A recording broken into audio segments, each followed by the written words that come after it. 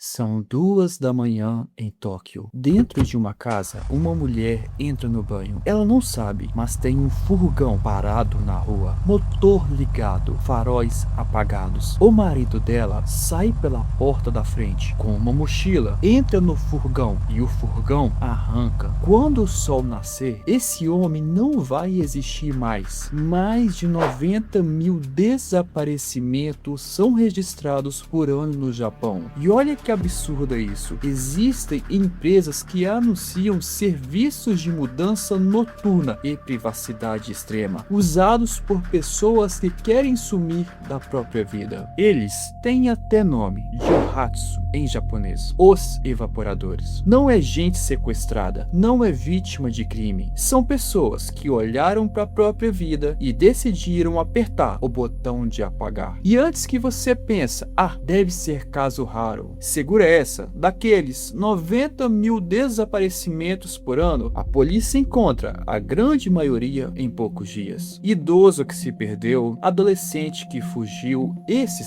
voltam. Esse vídeo não é sobre eles, esse vídeo é sobre os outros, os que escolheram nunca mais ser encontrados. O caso típico começa pequeno. Um homem perde o emprego, mas não conta para a esposa. Todo dia ele veste o terno, sai de casa às 7 e finge. Fica em parques, em cafés, esperando da hora de voltar do trabalho. As dívidas crescem, os juros comem e no Japão, falir não é só um problema financeiro, é uma sentença social. A vergonha pesa mais que o boleto, até que uma noite, em vez de fingir, ele liga para o número e do outro lado da linha atende uma empresa de verdade, registrada. Chamam elas de Ionigeya, as mudanças noturnas. No papel, são empresas de mudança, empresas comuns, registradas. Na prática, o produto que as tornou famosa é outro: tirar você da sua vida em uma noite. E funciona como operação militar. Uma equipe entra no seu apartamento de madrugada, 15 minutos. Tudo o que importa vai para caixas. Celular antigo fica, documentos que rastreiam ficam. Eles sabem exatamente o que apagam rastro e o que deixam. De manhã, os vizinhos veem um apartamento vazio. A família encontra uma cama desfeita e nada mais. Aí, a esposa faz o que qualquer pessoa faria. Corre para a polícia e ouve a frase que destrói famílias inteiras nesse país: ele é adulto, ele tem o direito de desaparecer. E quando você entender por que a polícia fala isso, você vai perceber que isso não é uma brecha que ninguém notou. São regras que o Japão escolheu criar e escolhe manter até hoje. Mas calma, porque antes a gente precisa falar de dinheiro, porque evaporar tem preço e ele é mais barato do que você imagina. E olha, antes da gente continuar, 90 mil pessoas somem por ano no Japão. Não suma como elas. Deixa o like e se inscreve aí, porque o YouTube tem mania de fazer esse tipo de vídeo evaporar da sua tela. 50 mil ienes. Na cotação de hoje, menos de 2 mil reais. É onde começa a tabela divulgada pela empresa mais famosa desse mercado, a Yongnia TS Corporation. No papel, uma empresa de mudanças comum.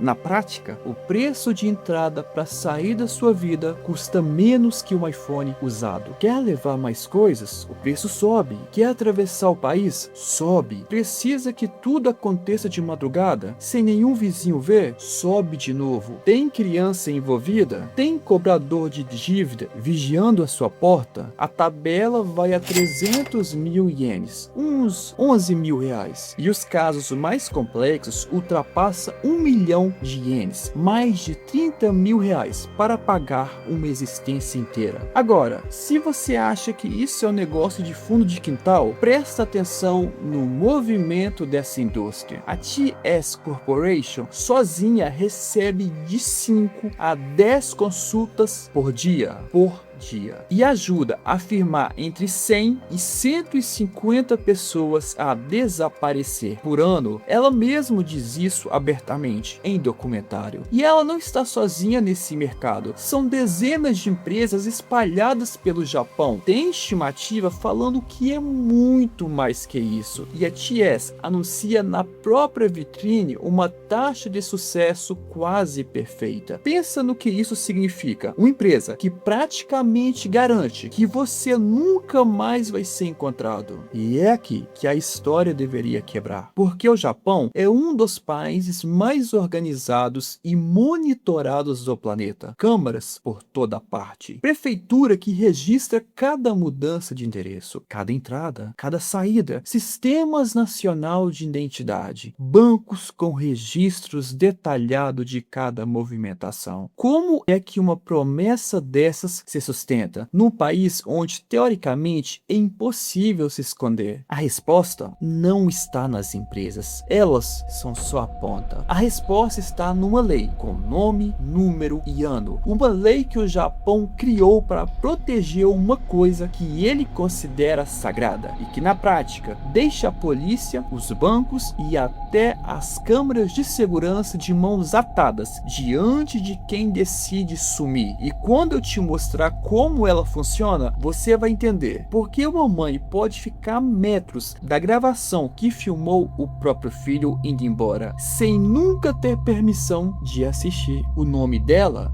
Lei de Proteção de Informações Pessoais. Lei número 57 de 2023. Criada com uma intenção legítima, proteger o cidadão de vazamento de dados, de stalker, de empresa bisbilhotando a vida alheia. Só que junta ela com outro princípio do direito japonês. Um adulto é livre para escolher onde viver, sem precisar de autorização nem do aviso da própria família. Junta as duas peças e nasce o efeito colateral mais estranho do mundo moderno. Funciona assim: um adulto some, a família registra o desaparecimento e a pergunta decisiva da polícia é uma só: existe sinal de crime ou de perigo imediato? Se a conclusão for que a pessoa saiu porque quis, o caso é encerrado, arquivado. Advogados japoneses confirmam, a investigação fecha na hora. E não para aí. O sociólogo Hirose Nakamori estuda o Jotsu há mais de uma década e ele descreve o detalhe que ninguém imagina. A pessoa desaparecida pode sacar dinheiro no caixa eletrônico normalmente e nenhum alerta é disparado. O sistema bancário simplesmente não sinaliza. A vida financeira dela continua invisível para a família. E agora, a cena que eu te prometi. Segundo o mesmo Nakamori, as câmeras de segurança podem ter filmado o desaparecimento, a imagem existe, está gravada em algum servidor e a família, na imensa maioria dos casos, não consegue autorização legal para assistir. A mãe fica a metros da última imagem do filho e a lei diz não. E é aqui que a ficha cai. Lembra da pergunta lá do começo? Como o país mais organizado do mundo é o lugar mais fácil para desaparecer? A resposta é desconfortável. Não é apenas da organização, é por causa dela. O mesmo sistema que registra tudo decidiu que a privacidade de um adulto vale mais que o desespero da família dele. Não é brecha esquecida, é consequência direta das regras de privacidade que o Japão decidiu priorizar, mesmo registrando 90 mil ocorrências de desaparecimento por ano. E para os que somem, existe até para onde ir. Bairros como Sanya, em Tóquio, e Kamagasaki, em Osaka. Zonas de trabalho por diária e quarto pago em dinheiro vivo, conhecida justamente porque ali quase ninguém pergunta o seu nome. Quem decide evaporar já sabe o endereço. Só que toda fuga gera uma caçada, e é aqui que essa história revela a segunda indústria, a que trabalha do outro lado da guerra. Do outro lado dessa moeda existe um mercado espelhado, porque enquanto uma indústria apaga rastros, outro cobra das famílias para tentar refazê-los. Detetives, particulares. No Japão, é um setor inteiro que cresce alimentado pela mesma dor, só que cobrado de quem ficou. Pensa no tamanho dessa engrenagem. A família perde alguém, a polícia arquiva, a lei tranca as portas e a única saída que sobra é pagar. O desespero virou cliente dos dois lados do balcão. Mas aqui vem a parte que fecha o quebra-cabeça. Os detetives entram em desvantagem quase sempre, não porque sejam ruins. A mesma lei que protege o desaparecimento da polícia também amarra as mãos deles. Vigiar é permitido. Acessar registro bancário, registro de moradia, fichas de emprego, proibido. Um investigador veterano de Tóquio resume nos casos de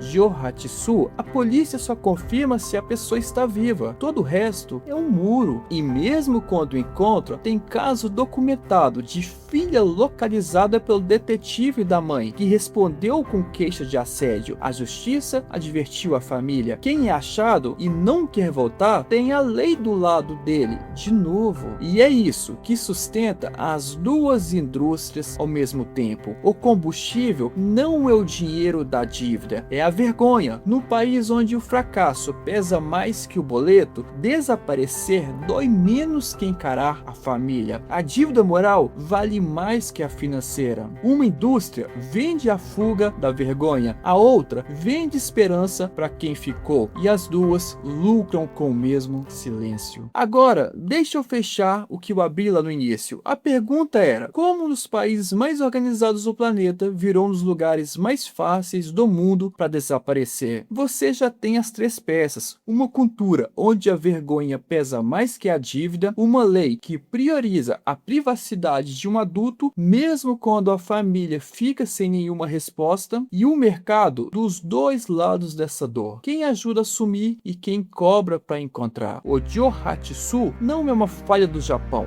é um espelho dele. Um país que criou tanta pressão social que acabou convivendo com uma porta dos fundos. E dentro daqueles 90 mil registros por ano, existe uma parcela de gente que preferiu deixar de existir para todo mundo que conhecia e continuar existindo daquele jeito. E se você chegou até aqui, deixa o like e se inscreva, porque essa série sobre a máquina japonesa está só começando. Porque desaparecer é a fuga individual, mas existe uma fuga coletiva acontecendo no Japão agora. Milhões de mulheres chegaram individualmente à mesma conclusão, sem combinar nada entre elas. E desta vez, quem corre risco de evaporar não é uma pessoa, é o país inteiro. Clica nesse vídeo aqui do lado e entenda o que eu estou falando. Te aguardo no próximo vídeo, se Deus assim o permitir. Até mais.